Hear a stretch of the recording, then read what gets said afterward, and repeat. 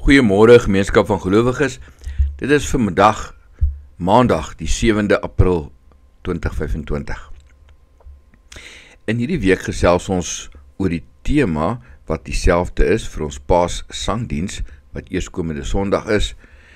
En die tema is juis deur sy wonde het daar vir ons genesing gekom. Kom ons lees 'n gedeelte, Jesaja 53 vers 1 tot 5. Wie sal ons glo as ons hiervan vertel?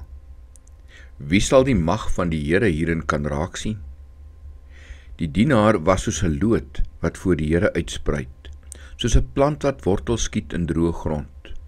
Hy het nie skoonheid of pragt gehad, dat ons na hom sou kyk nie die voorkoms, dat ons van hom sou hou nie. Hy was verag en deur die mense verstoot, 'n man van lyding wat pyn geken het, iemand vir wie die mense die gesig wegdraai. Hy was verag, ons het hom nie gereken nie. Tog het hy ons lyding op hom geneem. Ons siektes het hy gedra.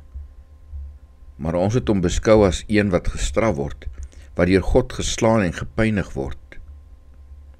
Oor ons oortredings is hy deurboor, oor ons sondes is hy verbrysel. Die straf wat vir ons vrede moes bring, was op hom. Deur sy wonde het daar vir ons genesing gekom. Dis 'n baie bekende gedeelte hierdie. En as ons dit gewoonlik lees, dan dink ons, ag, ek ken dit. En dit beteken vir my iets besonders. Dis mooi, dit raak my in my binnekant. Maar wat sê dit eintlik? As ons dit net so vinnig net daaroor wil dink, God se knegg, en ons spel knegg met hoofletter, bedoelende uit die Nuwe Testamentiese terugkyk, sien ons dat hierna verwys word as in die profesie na Jesus. God se knegg het genesing en vrede gebring deur die straf van die goddeloses vir hulle oortredings op hom te neem. En na daardie lyding sal hy regverdig en vir baie intree. Nou, dis baie kort opgesom. Wat beteken dit?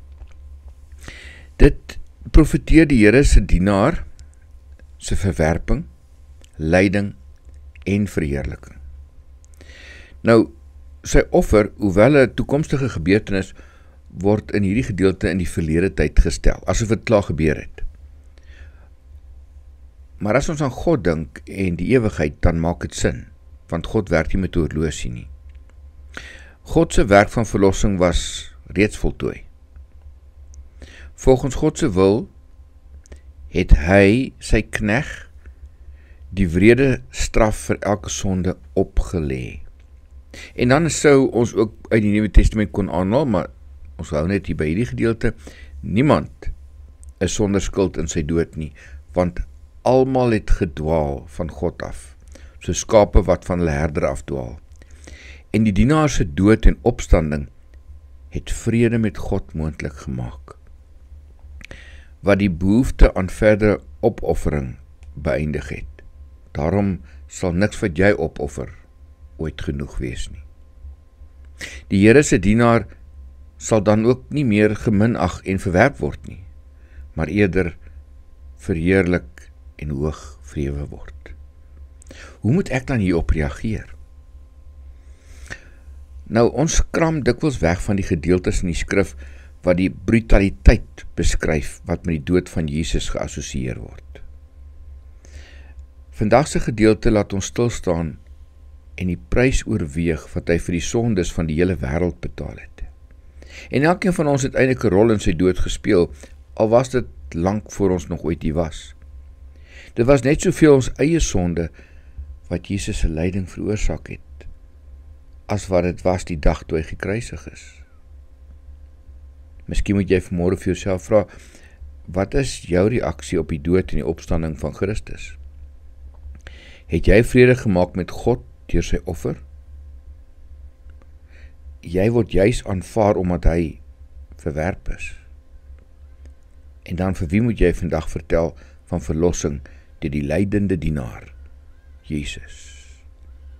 Deur sy wonde het daar vir ons genesing gekom.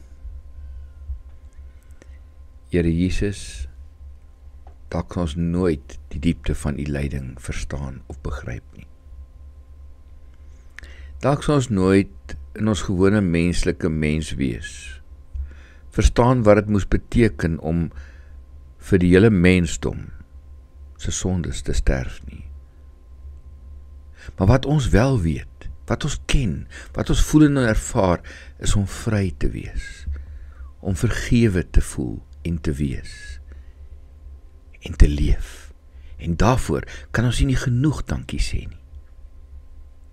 Mag die Geer vandag vir ons 'n besonderse dag is om hieraan te dink. Amen.